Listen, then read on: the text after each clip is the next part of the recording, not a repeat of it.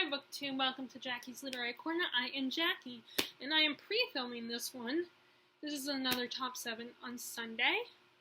This is a created by G Swizz. Grace from G Swizz. This is just like Top 5 Wednesday, where you pick this is top 5. You pick your top 7, and she does it every Sunday. So this Sunday's topic are your favorite standalones. So I tried to pick different ones. Then I tried to go with ones that I haven't picked, or like some of the ones that I've read more recently. Okay, so first I actually, even though I'm kind of leaning more away from mass markets, I really like this one, and it's also partly because it's hardback. This is one that I was introduced. It's a naked hardback, by the way. This is a book that I was introduced to I learned about from Jean's Bookish Thoughts.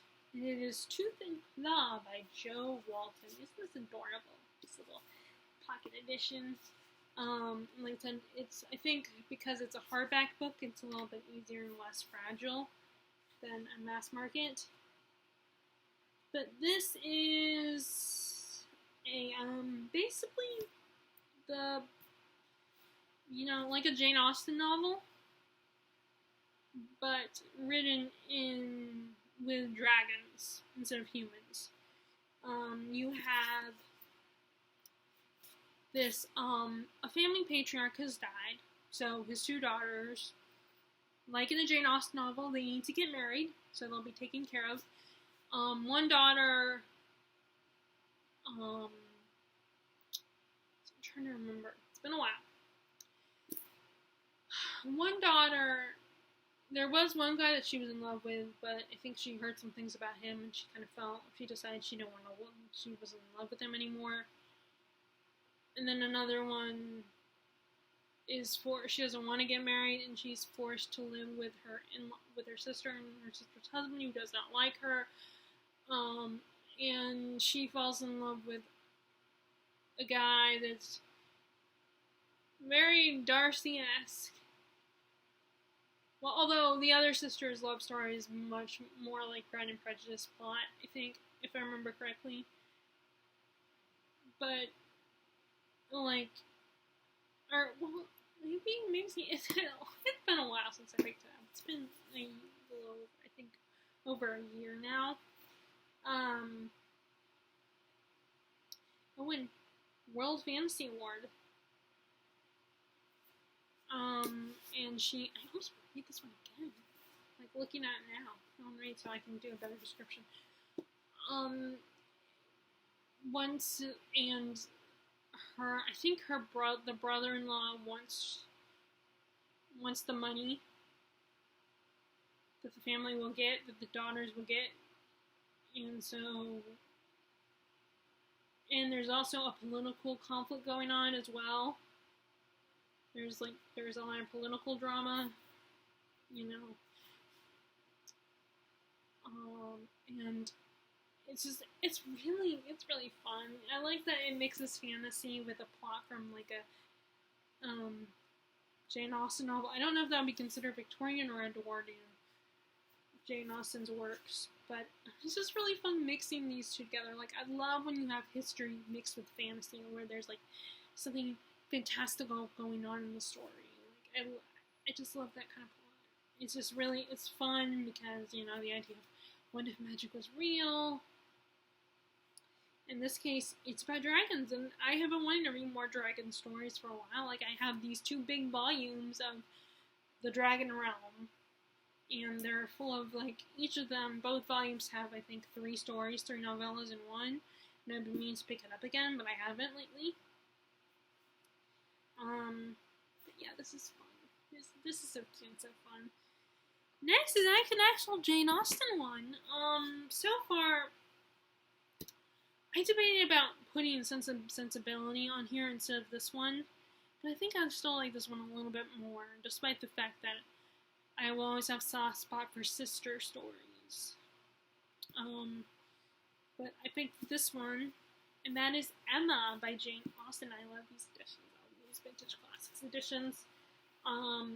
In case you don't know, like you've been living under a rock and you don't know what this one is about, it's a woman, Emma, who's rich and vain, and she decides to play matchmaker for the people in her town against the advisement not to do it from her best friend, Mr. Knightley, who is the brother of her sister's husband. And she likes to play matchmaker, and this young woman comes to town who, there's no one knows anything about her family background, Harriet Smith, and so Emma decides to befriend her and help her find, adapt to society and find a husband. And she matches her up with every guy in the story that she comes across. It's social politics and status and romance, and I think it's one of the more fun ones. And I feel like Emma's main character is very polarizing. I think some people love her.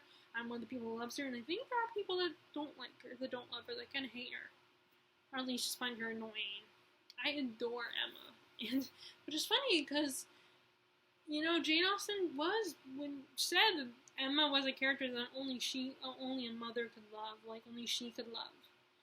And I don't think that's true. I think a lot of people love Emma and love this book. And it's so fun and so cute.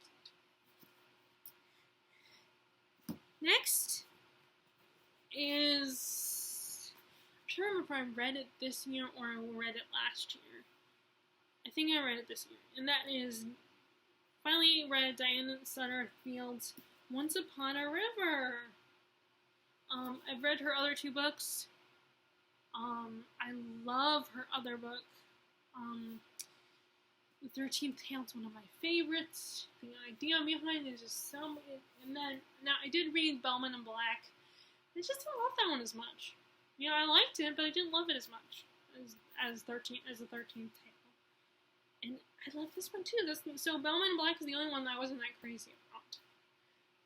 And this one is in this little town where a man, who I think he's a photographer, and a girl that appears dead wash up on town, and they are taken to, or no, the man is still conscious enough to bring him and the girl to this tavern, and like I said, the girl appears dead. A doctor even comes to examine her, but then all of a sudden, after like a few minutes, the girl comes alive again. And 3 different families claim this little girl, fall in love with this girl, and claim them as theirs. And we learn each of the stories of these families and how they lost, because they all did lose a child. And they think this little girl is that child. And it's about stories. And, so is another book I have here. It's about grief and, and the loss. And a mother's love, and just a mother and a father's love for a child, and it's so beautiful and warm and inviting, and I want to read it again this winter. Despite the cover with the the green ivy and stuff, I feel like I could also read this one during winter time.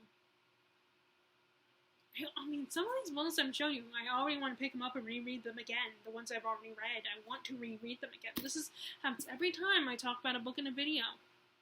All of a sudden, one that I've already read, all of a sudden when I talk about it, not always, but oftentimes, listen, I want to already read it again.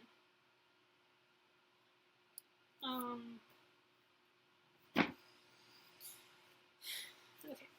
And now I come to a book I just recently finished. I don't know if I finished it in August or July, but that is Stephen King Lissy story. I wasn't sure if I liked this one, but then I saw a preview for it being on, I think it was Apple TV. It's going to be a show or a mini-series or a movie or something, and it's about this woman who lost her husband. I think it's been 5 years. And her husband was this famous writer. He had this great reputation. Everyone loved him. He also had his occult followers, people who believed his books had some secret message. And and people that are stalking him and threatening his life and everything. She has dealt with that for years, traveling with him. And he also has a past where the men, both his father and brother, and he believes he also has it in him, this bad entity inside of them that makes them crazy and lose themselves and become murderous, and like this monster inside of them. And Scott is his name. He has dealt with that for years. It's the point where he even created this alternate reality where he could hide away. And he ends up, and he's afraid about Spring, and even insists if Lissy's gonna marry him, that they can't have kids because of it. So, like I said, it's been 5 years since he's been gone, and she's still coping with that grief. And meanwhile, her sister Amanda, who her current boyfriend has just left her, and she's upset and grieved, and she goes into this catatonic state that Scott understood. And Lissy and her other sister kind of have to take care of her, and they realize they need to put her in a bit of a home, a hospital that can take care of her. And meanwhile, she is being stalked by this hitman who he was drunkenly hired by this man who did not like her husband, this professor at a college that he did a talk at, and he is threatening her life if she doesn't publish or give him her husband Scott's unpublished manuscripts. Which, that's a bad summary, but let's face it, I'm terrible at summarizing. At least not succinctly anyway. And just, this is one of those books, if you liked Pet Sematary or if you like Rose Madder, I think you would like this one. Like, it's not heavy-handed with supernatural, but it's in there. I mean, it's a little heavy-handed, but it doesn't come in right away, you know? It mostly focuses more on Lissy's grief and her coping with her sister, and this guy is targeting her, and she, has called the police to protect her and everything, and it's about grief. And, in love, and her undying love for her husband, even in death. She will protect him and love him more than anything. And no matter what, even, despite the fact that he had this sickness inside of him. And, the reputation he got for being this local famous author. Which, it's going to be hard anyway to be the spouse of someone who is a famous celebrity, whether they're a writer or an actor or a singer, the struggles of that, dealing with that. Because even writers, they don't have as many people throwing themselves at them, but they still have stalkers and people asking ridiculous questions, and also, people will dismiss the spouse. Like there are a couple chapters where Lissy talks about how they perceived her as Scott's partner, his assistant, or whatever, and kind of belittling her and just dismissing her as his wife.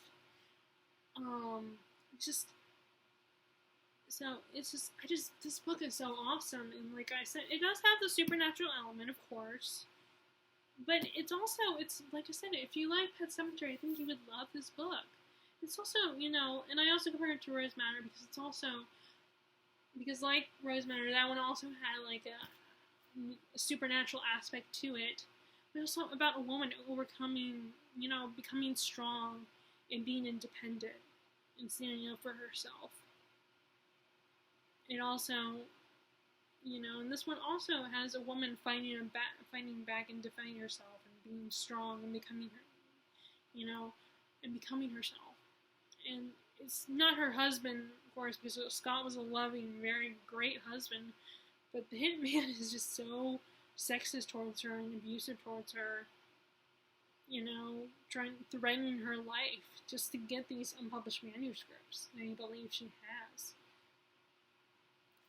And also the little world that's got created, the supernatural aspect, I think is really cool and interesting. And I kept wondering, are they literally going to another place? Like, are they being transported, or is it like are they mentally going to this other world? I definitely was not sure about that. Favorite sound. So yeah, this is a great sound. Okay, next is a classic. The only classic I have here, I think. Well, actually, no, Emma also. And that's The Middlemarch, which I finally finished this one this year. And this was so great and so interesting to read. I definitely want to reread it. It's basically about the town of Middlemarch and the lives of these people and the women, them getting married, and their marriages, and how their all their marriages fall apart. And just the struggles of that, especially being a woman of this time period where you didn't have a lot of choices. Like, Dorothea, definitely the most talked about character from this book. She struggles a lot. She thinks she knows everything and understands everything, knows who she is and what she wants, but then, it doesn't, she gets what she wants, but then it does not go well. Things do not they are not as good as she thought they were. She made bad choices and regretted them, but she stays loyal to her decision. There's a little bit of political drama in this one as well. The reform bill is being passed, and there's the struggle of that and people's different opinions on that matter. That is involved in this one, and I definitely need to reread this one as well. So, but I love this one. Okay, and then next is another one I read this year. And that I finally read this one, Strange the Dreamer by Laini Taylor, and I still have not read her other series. And I decided to get the audiobook of Muse of Nightmares, but I'm trying to get through, kind of Monte Cristo first, and finish that one before I jump into Muse of Nightmares. But this is about our Laszlo Strange, who is the librarian. He's a bit of a shy, reserved, and he has been obsessed with this city that is known to people as Weep. But people don't really remember this city. It just disappeared all of a sudden, so now people only know it as Weep. And he's obsessed with the city. He's so fascinated and wants to see it and believes it's still real and everything, and then it's still out there. And he gets the opportunity to actually go to Weep because he has something, and his life is forever changed when he goes there. And he also meets his first love there, who is a woman who can make you have nightmares. But she's, and it's just, so the writing is beautiful and lyrical, very purple prose, but I just loved it, and it's like a fairy tale, just getting lost in this world. And I also think, despite the fact that it gives you nightmares, her Argana Sarai, I think her name is, I think that's how you would say it, it's so cool. Her power and everything is really cool. Not that I want to give people nightmares, but being able to go into people's dreams is awesome. And I just realized. This isn't a standalone duology. I'm sorry. I just forgot, so I guess I can't really count this.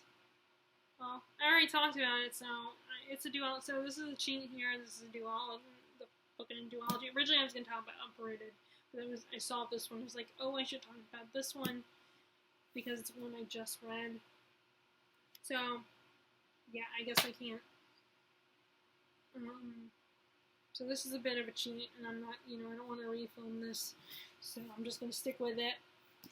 So yeah, this is not a standalone. It's part of a duology. And I said originally I was going to talk about Uprooted by Naomi Novak, another great story. Well, I guess I can talk about it. I just don't have the book to show you. I do have the book, I just can't show you. Uprooted is basically in this village. These people in this village are like they are overshadowed by the forest that is essentially will eat people, and they are protected by this sorcerer who calls himself the dragon. And his one request is he will help them, but he expects every few years one of their girls will come stay with him. And of course, they have all these twisted ideas of what he does with the girls, because after they've stayed with him, they all of a sudden decide they don't want to stay there anymore, and they go and leave and, see what they can do with their life. And our main character, Asganishka, she believes her best friend is going to be chosen because her best friend is so perfect and can do so many things, and she's so amazing, she's so beautiful, and even her own mother thinks that she will be chosen as well. Then somehow it's Asganishka who is the one who's chosen. And it turns out that she has magic that is very wild and uncontrollable, which is very opposite of the dragon's magic. And she becomes his apprentice, and it has a romance. I know a lot of people do not like the romance. I'm one of those people who finds it actually likes the romance. I get the criticisms, I do. I just have to like it. And I find the romance. I like the romance, and it doesn't take over the story. If you're wondering, it doesn't even appear right away. It just the nature of their relationship is so entertaining because they just keep biting. They constantly butt heads all the time. But yeah, that's the one I was really going to talk about. So I talked about it because I totally forgot this is actually a duology. But yeah, the other one, the actual standalone I should talk about was Uprooted. And then the last one is one that I have been wanting to read for a while. Like, I have been waiting for this book to come out for a long time. I think a lot of people were waiting for that. And this is The Starless by Morgenstern. This is the author of The Night Circus, and a lot of people were waiting for her to write another book. And she had not done that in and finally she said she's been writing another book. And I know not everybody loved this one, but not everybody loves the Night Circus anyway. So, it's basically about this young man named Zachary, and he stumbles upon a memory of something that happened to him when he was a little boy, where he got a chance to go through a magical door into another world to explore.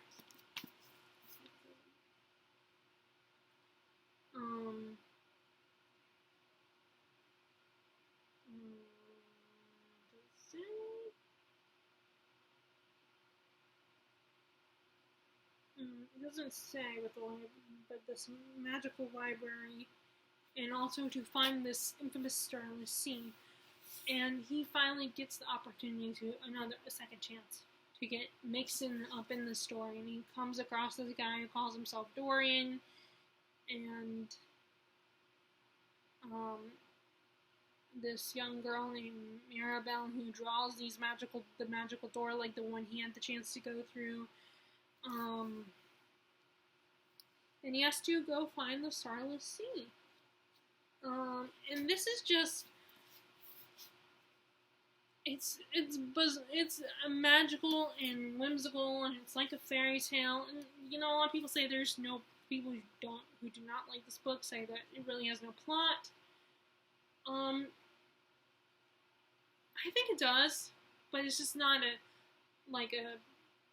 plot that's this, and then this. It's not like a structured plot, I feel like. And it's just so magical. I agree with the people that say go into this knowing very little. I mean, I know enough to decide if you're intrigued by it, but you don't have to know the whole thing. Which, I mean, it doesn't matter because they kind of give you a plot description.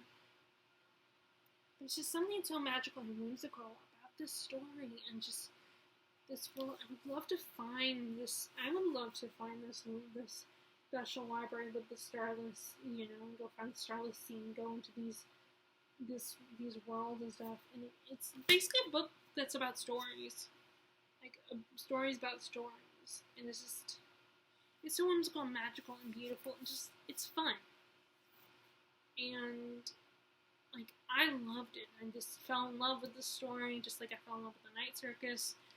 And I definitely recommend checking it out. And what's this? Oh, yep, that's right. I like that. That's one of the reasons I do not take off dust jackets, because I don't want to take off the dust jacket and not have anything here. And it has to be something you can see.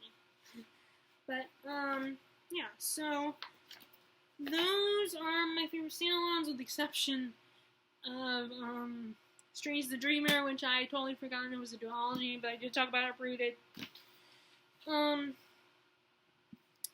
So what are your favorite standalones? Please share in the comments below. If you like this video, be sure to give a thumbs up. Click subscribe if you haven't already. Click the bell notification below if you want to be notified when I post new videos. And I hope you are staying healthy and enjoying your reading. Alright, bye!